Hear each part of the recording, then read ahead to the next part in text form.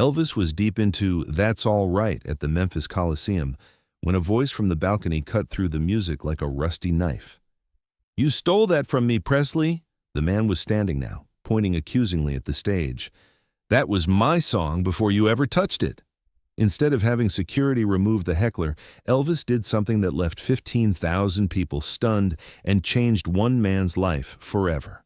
It was August 12, 1977, just 4 days before Elvis would leave this world, and nobody knew they were witnessing one of his final acts of grace.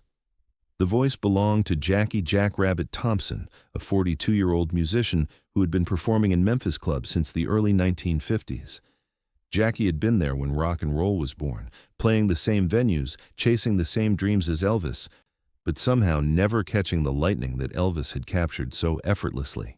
Jackie Thompson had every reason to be bitter. In 1954, he'd been performing at Sun Records the same week Elvis recorded "That's All Right." He'd been playing a similar style, mixing country and blues, creating what he thought was his own sound. Then Elvis came along and changed everything, becoming famous for the same musical fusion that Jackie had been developing in obscurity. Jackie's story was one of missed opportunities and cruel timing. He'd grown up in North Memphis, learning guitar from his grandfather who had played with traveling medicine shows. By 1952, Jackie was performing regularly at local clubs, developing a sound that blended hillbilly music with blues. He was innovative, passionate, and according to those who heard him, incredibly talented. In early 1954, Jackie had recorded a demo at Sun Records. Sam Phillips had told him it was interesting, but not quite ready. 2 weeks later, Elvis walked in and recorded the song that would change music history forever. For 23 years, Jackie had watched Elvis's career soar while his own remained grounded in dive bars. He'd seen lesser musicians get recording contracts while he played for drinks and tips. The worst part wasn't the lack of success. It was being dismissed when he claimed he was there first. By the mid-1970s, he was performing 3 nights a week at Murphy's Tavern, playing to audiences more interested in their drinks than his music.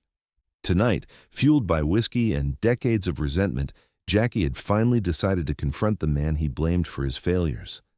"You hear me, Elvis?" Jackie shouted, his voice cracking with emotion and alcohol. "You took everything that should have been mine, every song, every stage, every dream I ever had." The crowd began to murmur and turn in their seats. Some people were booing Jackie, others were calling for security. The energy in the arena suddenly became tense and uncomfortable. "I was at Sun Records in 1954, Jackie continued. "I was playing that style before you ever walked through those doors. Sam Phillips heard my demo, said it was interesting. 2 weeks later, you show up and suddenly you're the king of rock and roll." Security guards started moving toward Jackie's section, but Elvis held up his hand to stop them. Instead of ignoring the disruption, Elvis set down his guitar and walked to the center of the stage.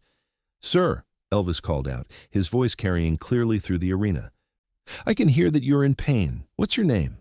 "Jackie Thompson," the man replied, still standing but now seeming slightly less aggressive. "And you wouldn't remember me, would you?" "Nobody ever does. 25 years I've been trying to make it in this business."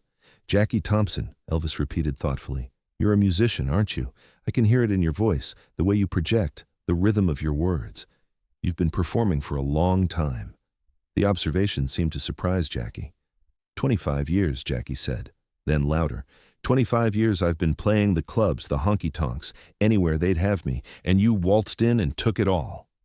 "What did I take, Jackie?" Elvis asked, his voice remaining calm and genuinely curious. "Help me understand." "My sound. My style. The music I'd been developing for years before you ever heard of rock and roll." Elvis walked to the edge of the stage, as close to the balcony as he could get. "Jackie, I want you to come down here, not to fight, not to argue, but to talk. Musician to musician." "I don't want to talk to you," Jackie replied, but his voice had lost its sharp edge. "I want you to admit what you did. I want you to tell all these people that you stole my sound." "If that's what happened, then let's discuss it," Elvis said calmly. "But come down here where we can have a proper conversation. These folks paid good money to be here tonight, and if we're going to talk about music, let's do it right." Something in Elvis's tone, respectful, genuinely interested rather than dismissive, seemed to reach Jackie. Slowly, he made his way down from the balcony. security parting to let him through as Elvis had instructed. When Jackie finally reached the stage, climbing up with the unsteady gait of someone who had been drinking, the entire arena was silent. Here was a man in his 40s, wearing a worn suit that had seen better days, face marked by years of disappointment and too many late nights in smoky clubs. "All right, Jackie," Elvis said, extending his hand. "You said I stole your sound. I want to hear what that sounds like. Will you play something for me?" Elvis gestured to Charlie Hodge, who brought out an acoustic guitar. "Show me what I supposedly took from you." Jackie looked at the guitar, then at Elvis, then at the 15,000 people watching them. "You're serious?" "Dead serious," Elvis replied. "If I took something that belonged to you, then I want to understand what that was. Play me your music, Jackie." What happened next surprised everyone in the arena. Jackie took the guitar with hands that shook slightly. Whether from nerves, anger, or alcohol, no one could tell. He strummed a few chords, testing the instrument, and then began to play. What came out was extraordinary.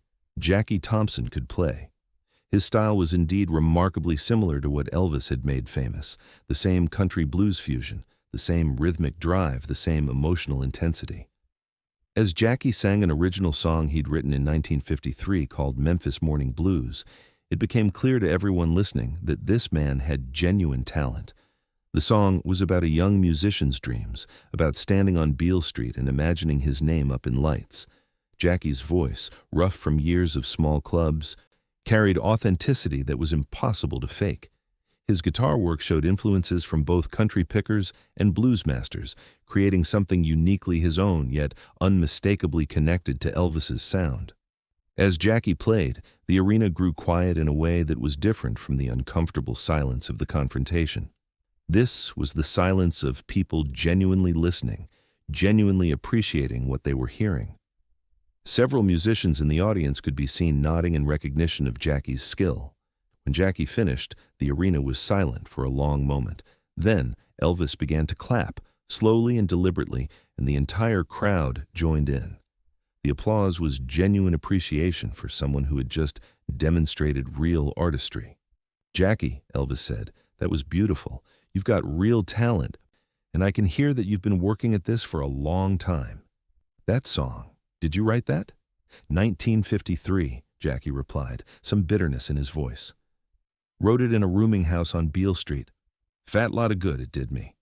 "Let me ask you something," Elvis continued, walking closer. "Do you really think I stole your sound? Or do you think maybe we both found something that was already out there, waiting to be discovered?" The question hung in the air. Jackie looked at Elvis, then at the crowd, then back at the guitar in his hands. "I think you got the chance I never got. And maybe I've been blaming you for decisions that other people made." Elvis nodded thoughtfully. "Jackie, I want to try something. I want to show these folks what Memphis music really sounds like when musicians work together instead of competing." Elvis gestured to his band. "Boys, let's play something together. Jackie, I want you to join us. Let's see what happens when we combine our styles instead of fighting about who had them first." What followed was unlike anything that had ever happened in the Memphis Coliseum. Elvis and Jackie performed an impromptu duet, with Jackie's rough, lived-in voice providing perfect contrast to Elvis's smooth delivery. The band found their groove, supporting both men's styles brilliantly.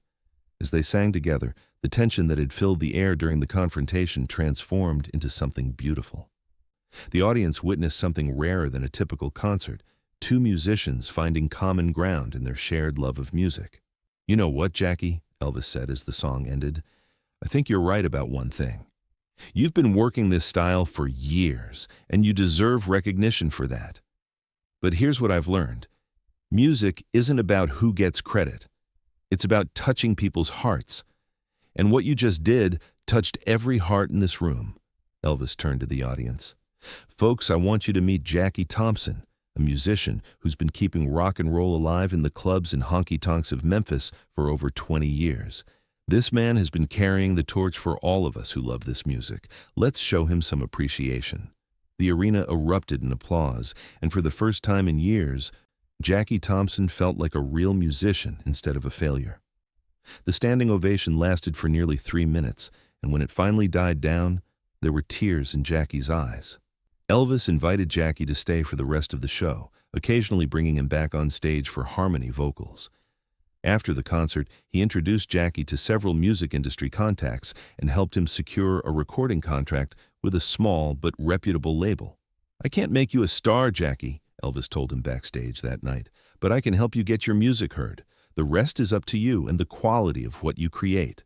The conversation that night lasted until nearly 3 a.m. Elvis and Jackie talked about their shared musical influences and the old days on Beale Street. For the first time in years, Jackie felt like he was talking to someone who understood his journey. Jackie Thompson recorded 2 albums in the late 1970s and early 1980s. The first, titled Memphis Morning, featured the song he had performed for Elvis that night. While it didn't achieve massive commercial success, it received critical acclaim and found a devoted following among blues and rockabilly enthusiasts. More importantly than commercial success, Jackie found peace with his place in music history. He began teaching guitar to young musicians, passing on techniques he had learned from earlier masters. "Elvis didn't just give me a recording contract," Jackie said in interviews years later. "He gave me back my dignity as a musician. He showed me that my years of playing in small clubs weren't wasted time, they were preparation for something bigger." The incident had a profound effect on Elvis as well.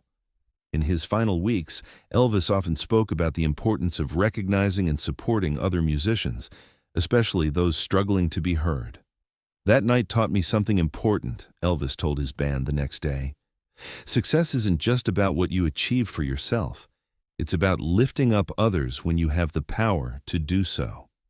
The bootleg recording of Elvis and Jackie's impromptu duet became treasured among collectors for what it represented.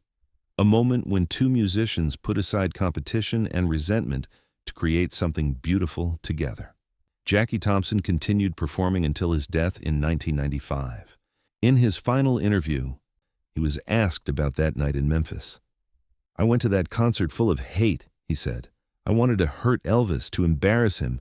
Instead, he gave me the one thing I'd been looking for my whole career: respect. He showed 15,000 people that I was a real musician, not just some drunk causing trouble. But more than that, he reminded me that music is bigger than any one person's success or failure."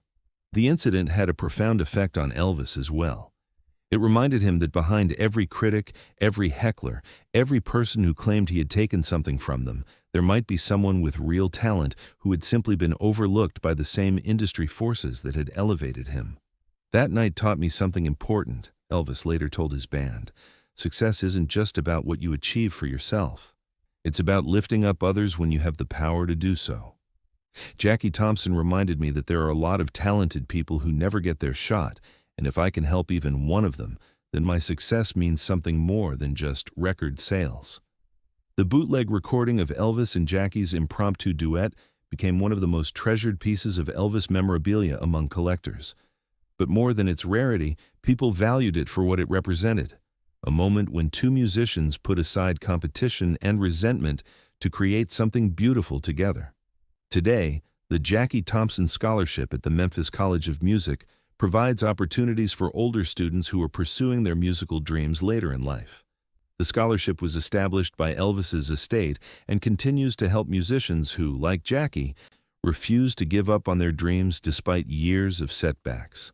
The story of Elvis and Jackie Thompson reminds us that behind every act of anger or resentment, there's often a person who simply wants to be seen, heard, and recognized for their efforts.